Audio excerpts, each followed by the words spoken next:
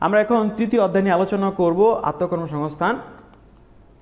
অধ্যায়ভিত্তিক শিক্ষণীয় বিষয় হচ্ছে আত্মকর্মসংস্থান ধারণা, আত্মকর্মসংস্থানের প্রয়োজনীয়তা, আত্মকর্মসংস্থান উপযুক্ত ক্ষেত্র নির্বাচনের বিবেচ্য বিষয়, আত্মকর্মসংস্থানের প্রশিক্ষণের প্রয়োজনীয়তা, আর আত্মকর্মসংস্থানে সহায়ক প্রশিক্ষণ প্রদানকারী প্রতিষ্ঠান বাংলাদেশ ইনস্টিটিউট অফ ম্যানেজমেন্ট, মহিলা বিষয়ক মন্ত্রণালয়, বাংলাদেশ পল্লী উন্নয়ন বোর্ড, গ্রামীণ মহিলাদের কর্মসংস্থান প্রকল্প, যুব ও প্রশিক্ষণ কেন্দ্র, নটরামস এনজিও। প্রিয় শিক্ষার্থী বন্ধুরা, আত্মকর্মসংস্থানের ক্ষেত্রে আমরা একটি সংজ্ঞা জেনে নিই যে নিজের কর্মসংস্থান সৃষ্টি করাকে আত্মকর্মসংস্থান বলা হয়ে থাকে। আত্মকর্মসংস্থানে স্বল্প পুঁজি, নিজস্ব চিন্তা ও দক্ষতাকে কাজে লাগিয়ে নিজেদের প্রচেষ্টা জীবিকা অর্জনের ব্যবস্থা করা হচ্ছিল আত্মকর্মসংস্থান। 2012 সালের 16 জুলাই দেশে অনুমোদিত লোক সংখ্যা 15,25,18,015 জন। মোট জনসংখ্যার 80% গ্রামে বাস করে। বাংলাদেশের অর্থনৈতিক রিভিউ 2011 এর পরিসংখ্যান অনুযায়ী জাতীয় অর্থনীতিতে কৃষি খাতের অবদান 20%, শিল্প খাতে 30% এবং সেবা খাতে 50%। প্রিয় শিক্ষার্থী বন্ধুরা, বাংলাদেশের পরিসংখ্যান 2010 মোতাবেক মোট কর্মহীন 26 লক্ষ, এই কথাটি তোমরা অবশ্যই খেয়াল রাখবে। এবং আমাদের এই মোট শ্রমশক্তির 5,67,00,000, যাদের 1/3 হচ্ছে যুবক যুবতী।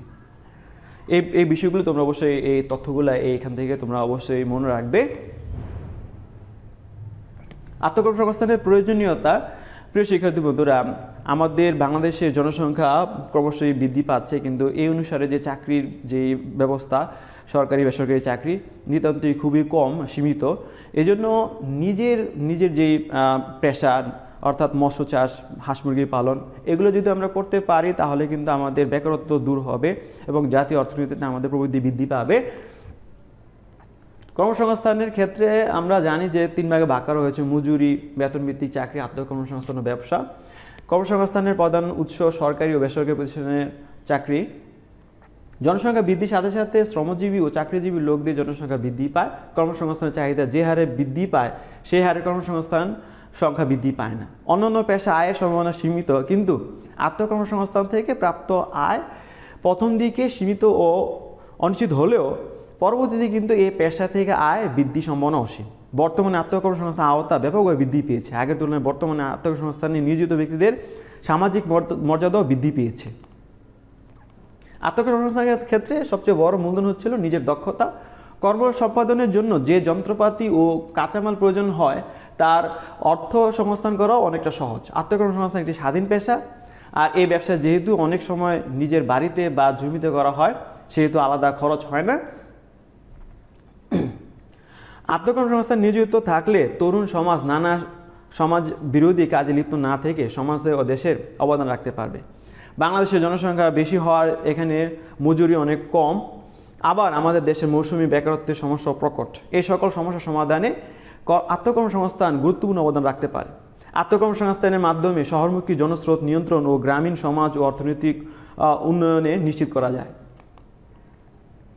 আত্মকর্মসংস্থানের মানসিকতা যুব সমাজকে দেশপ্রেম উদ্বুদ্ধ করে এবং স্বেচ্ছামূলক কাজে উৎসাহিত করে। আত্মকর্মসংস্থানের জন্য বয়স কোনো সমস্যা নয়, এর মাধ্যমে যে কোনো বয়সের মানুষ তার দক্ষতা অনুযায়ী অর্থ উপার্জন করতে পারে।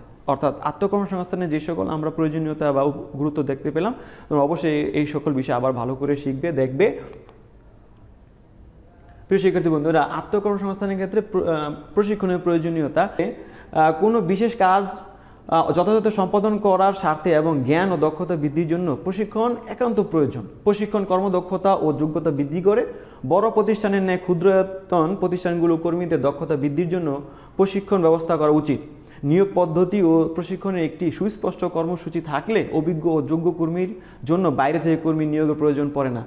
প্রশিক্ষণ হলো সর্বস্তরের কর্মীদের জ্ঞান ও দক্ষতা বৃদ্ধি এবং মানসিকতা বিকাশের অবিরাম নিয়মিত প্রচেষ্টা, যাতে তাদের যোগ্যতা ক্রমশ বৃদ্ধি পেতে থাকে এবং প্রতিষ্ঠানটি লাভবান হয়। কোনো কর্মীকে সঠিক কাজে নিয়োগ করার পূর্বে তাকে প্রশিক্ষণ বা ট্রেনিং দেওয়ার ব্যবস্থা করতে হবে। এই প্রশিক্ষণ প্রতিষ্ঠানের উদ্যোক্তা সহ নতুন ও পুরাতন সকল কর্মীর জন্যই অপরিহার্য। নিম্নে প্রশিক্ষণের প্রয়োজনীয়তার ব্যাখ্যা আলোচনা করা হলো। দেখো প্রিয় শিক্ষার্থী বন্ধুরা, যে কার্য প্রকৃতি ও পরিবেশের সাথে পরিচিতি করিয়ে দেয়, দক্ষ ও অভিজ্ঞ কর্মীদের অপ্রতুলতা দূরীকরণ করে থাকে, কর্মীদের দক্ষতা বৃদ্ধি করে থাকে, সম্পদের সদ্ব্যবহার হয়ে থাকে, নৈতিক বল বৃদ্ধি পায়, অপচয় ও দুর্ঘটনা হ্রাস পায়। অর্থাৎ প্রশিক্ষণের ব্যাপক যে গুরুত্ব আমরা আলোচনা করেছি, এই বিষয়গুলো তোমরা দেখবে। প্রিয় শিক্ষার্থী বন্ধুরা, আত্মকর্মসংস্থানে সহায়ক প্রশিক্ষণ প্রদানকারী প্রতিষ্ঠান, training institute for helping self employment, যে সকল যে প্রতিষ্ঠান রয়েছে আমরা একটু দেখে নিই। বাংলাদেশ ইনস্টিটিউট অফ ম্যানেজমেন্ট, বাংলাদেশের ব্যবস্থাপনা ইনস্টিটিউট শিল্প মন্ত্রণালয়ের অধীনে একটি স্বায়ত্তশাসিত প্রতিষ্ঠান, নির্দিষ্ট ফি এর বিনিময়ে একটি আত্মকর্মসংস্থান ও উদ্যোগ উন্নয়নে বিভিন্ন বিষয়ে প্রশিক্ষণ দিয়ে থাকে। প্রধান কর্মসূচির মধ্যে রয়েছে ক্ষুদ্র শিল্প স্থাপন প্রক্রিয়া ও ব্যবস্থাপনা, নতুন শিল্প প্রতিষ্ঠাকরণ, মহিলা উদ্যোক্তা উন্নয়ন প্রভৃতি। 2. মহিলা বিষয়ক মন্ত্রণালয়ের ক্ষেত্রে মিনিস্ট্রি অফ উইমেন অ্যাফেয়ার্স, মহিলা বিষয়ক মন্ত্রণালয়ের ক্ষেত্রে মূলত মহিলাদের জন্য উন্নয়ন কর্মসূচির উদ্যোগ গ্রহণ করে থাকে। বিশেষ করে গ্রামের দুস্থ, শিক্ষিত, অর্ধশিক্ষিত মহিলাদের স্বকর্মসংস্থানের সুযোগ করে দেওয়া এর মূল উদ্দেশ্য। এটি উদ্যোগী মহিলাদের কারিগরি দক্ষতা উন্নয়নের লক্ষ্যে অনানুষ্ঠানিক কারিগরি ও প্রযুক্তিগত প্রশিক্ষণ ব্যবস্থা করে থাকে। 3. বাংলাদেশ পল্লী উন্নয়ন board, Bangladesh rural development board, Bangladesh পল্লী উন্নয়ন বোর্ড বা BRDB গ্রামের দুস্থ ও ভূমিহীন নারী পুরুষের আত্মকর্মসংস্থানের জন্য বিভিন্ন বৃত্তিমূলক প্রশিক্ষণ দিয়ে থাকে, যাতে প্রশিক্ষণ গ্রহণের পর তারা স্বাধীনভাবে একটি পেশা বেছে নিয়ে অর্থ উপার্জন করতে পারে। দেশের সকল জেলা উপজেলা BRDB কার্যক্রম বিস্তৃত রয়েছে।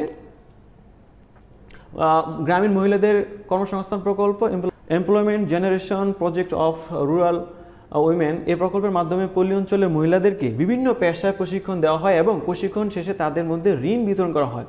শুধুমাত্র প্রশিক্ষণপ্রাপ্তরাই ঋণ পাওয়ার যোগ্য বলে বিবেচিত হয়ে থাকে।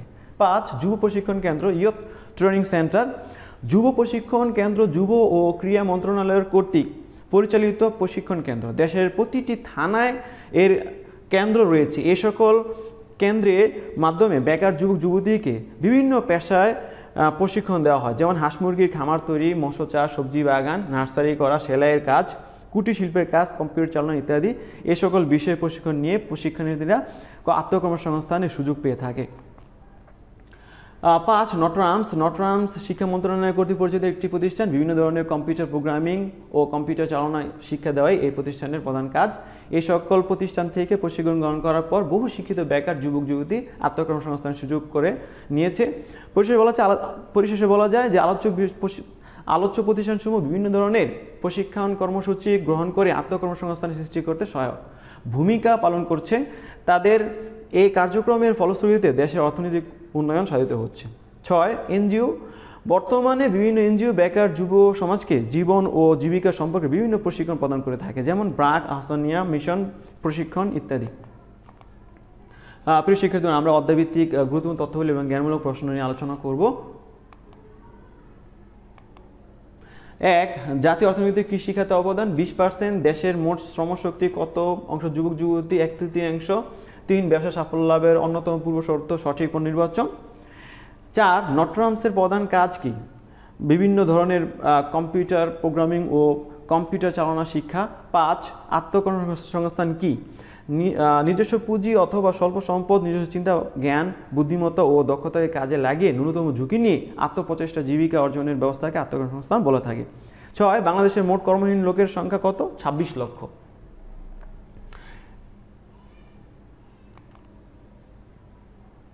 7. আত্মকর্মসংস্থানের সবচেয়ে বড় মূলধন নিজের দক্ষতা। 8. যুব প্রশিক্ষণ কেন্দ্র কোন মন্ত্রণালয় দ্বারা? যুব ক্রীড়া মন্ত্রণালয়। এগুলো খুব ইম্পর্টেন্ট, একটু ভালো করে দেখো প্রিয় শিক্ষার্থী বন্ধুরা। 9. কর্মসংস্থানের প্রধান উৎস কোনটি? সরকারি বেসরকারি প্রতিষ্ঠান। 10. কর্মীদের নৈতিক বল বৃদ্ধি করে কোনটি প্রশিক্ষণ? কর্মসংস্থানকে কয় ভাগে ভাগ করা হয়েছে? 3 ভাগে। 12. আয়ের সম্ভাবনা কোন পেশায় সীমিত? মজুরি ও বেতনভিত্তিক চাকরি। 13. BIM কোন মন্ত্রণালয় কর্তৃক পরিচালিত? শিল্প মন্ত্রণালয়। 14. দেশের প্রতিটি থানায় কোনটি কেন্দ্র রয়েছে? যুব প্রশিক্ষণ কেন্দ্র। 15. BRDB এর কার্যক্রম কোথায় বিস্তৃত? দেশের সকল জেলা উপজেলায়। 16. কোন পেশায় মৌসুমি ভিত্তিক? কৃষি। 17. চাকরির বিকল্প পেশা কোনটি? আত্মকর্মসংস্থান। 18. জাতীয় অর্থনীতিতে সেবা ও শিল্প খাতে অবদান 50 এবং 30%। 19. নটরামস কোন মন্ত্রণালয় কর্তৃক পরিচালিত? শিক্ষা মন্ত্রণালয়। 20. ক্ষুদ্র শিল্প স্থাপন, নতুন শিল্প প্রতিষ্ঠাকরণ, মহিলা উদ্যোক্তা উন্নয়ন কোন প্রতিষ্ঠানের কাজ? Bangladesh institute of management BIM এর কাজ। অনানুষ্ঠানিক কারিগরি ও প্রযুক্তি প্রশিক্ষণ প্রদান করে মহিলা বিষয়ক মন্ত্রণালয়। আমরা এখন অনুধাবন প্রশ্ন এবং এর উত্তর নিয়ে আলোচনা করব প্রিয় শিক্ষার্থী বন্ধুরা। দেখো যে এখানে অনুধাবনমূলক যে প্রশ্ন রয়েছে যে বাংলাদেশে বেকার সমস্যা দিন দিন বেড়ে যাচ্ছে কেন, আমি তোমাদের এখানে নোট করে দিয়েছি, তোমরা এগুলো ভালো করে বাসায় পড়বে। 2 আত্মকর্মসংস্থানের একটি বৈশিষ্ট্য ব্যাখ্যা করো। আমি আলোচনা করেছি, তবুও তোমরা এখানে দেখবে আমি নোট করে দিয়েছি। প্রশিক্ষণের গুরুত্ব আলোচনা করেছি। চাকরি বলতে কি বোঝায় এখানে নোট করা আছে, তোমরা পড়বে অবশ্যই। 5 যুব প্রশিক্ষণ কেন্দ্রে আত্মকর্মসংস্থান সহায়ক এই বিষয়টি ব্যাখ্যা করো। 6 নটরামসের কার্যক্রম ব্যাখ্যা করো। 7 গ্রামীণ মহিলাদের কর্মসংস্থান প্রকল্পের কার্যক্রম ব্যাখ্যা করে আমি নোট করে দিয়েছি, এগুলো ভালো করে অবশ্যই পড়বে। আমরা এখন সৃজনশীল প্রশ্ন নিয়ে আলোচনা করব প্রিয় শিক্ষার্থী বন্ধুরা। 1 বিলকিস পারভিন ব্যক্তিগত কিছু সম্পত্তি বিক্রয় করে এবং আর্থিক প্রতিষ্ঠান থেকে ঋণ নিয়ে 10টি গরু ক্রয় করে একটি খামার স্থাপন করলেন। কঠোর পরিশ্রম, যত্নশীল ও সৃজনশীলতার কারণে অল্প দিনের মধ্যে তিনি একজন সফল খামারি হয়ে ওঠেন। এলাকার অন্য উদ্যোক্তাদের মধ্যেও ব্যাপক আলোড়ন পড়ে। স্বাধীনতা দিবসে উপজেলা প্রশাসনের পক্ষ থেকে তিনি বিলকিস পারভিনকে সম্মাননা পুরস্কার দেওয়া হয়। বিলকিস পারভিনের খামার প্রতিষ্ঠা কোন ধরনের তা ব্যাখ্যা করো। আমরা জানি যে সে নিজের যে ব্যবসা প্রতিষ্ঠান বা যে পেশা নিজেই করেছে, এটি হচ্ছে আমাদের আত্মকর্মসংস্থান, অর্থাৎ বিলকিস পারভিনের খামার প্রতিষ্ঠা হচ্ছে আত্মকর্মসংস্থান। প্রশাসনের পক্ষ থেকে বিলকিস পারভিনকে সম্মাননা প্রদান করার বিষয়টি কীভাবে দেশের অর্থনীতিতে প্রভাব ফেলবে তা বিশ্লেষণ করা। আমরা যে বইয়ের আলোকে আলোচনা করে এটা আমরা অ্যান্সার করব।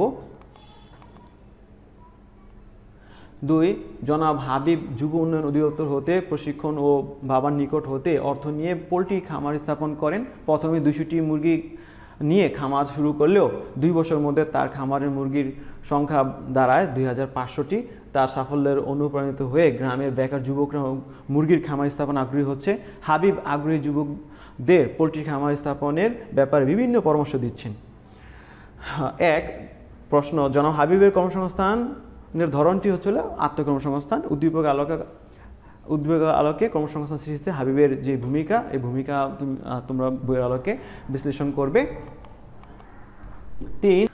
3 কক্সবাজারের জনাব জুবায়ের দরিদ্রতার কারণে SSC পাশের পর সে স্থানীয়ভাবে শামুক ও ঝিনুক দিয়ে বিভিন্ন জিনিস তৈরির প্রশিক্ষণ নেন। সাগর পাড় থেকে নানা আকারে ঝিনুক ও শামুক সংগ্রহ করে তা দিয়ে সে ঝাড়বাতি, গহনা, শোপিস ও খেলনা তৈরি করেন। তার তৈরিকৃত সামগ্রী পর্যটকদের নিকট বিক্রয় করেন। এছাড়াও দেশের বিভিন্ন অঞ্চলে মেলা ও প্রদর্শনীতে পণ্য সরবরাহ করে মুনাফা অর্জন করছেন। জনাব জুবায়ের কার্যক্রমটি কোন ধরনের ব্যাখ্যা করো। আত্মকর্মসংস্থান। উদ্দীপকের ব্যবসায়টি আর্থসামাজিক অবস্থা বিবেচনা উপযুক্ত ক্ষেত্র নির্বাচনের যুক্তিগতা মূল্যায়ন করো। প্রিয় শিক্ষার্থী বন্ধুরা, আমরা বইয়ের আলোকে এই জিনিসটি পড়ব আর এই অনুসারে আমরা উত্তর লিখব। আর তোমাদের যে মূল বিষয়গুলো হচ্ছিল যে তোমাদের এই উদ্দীপকের আলোকে জ্ঞানমূলক বিষয়টি ধরা, এইগুলো আমরা আলোচনা করলাম, তোমরা অবশ্যই আবার দেখবে।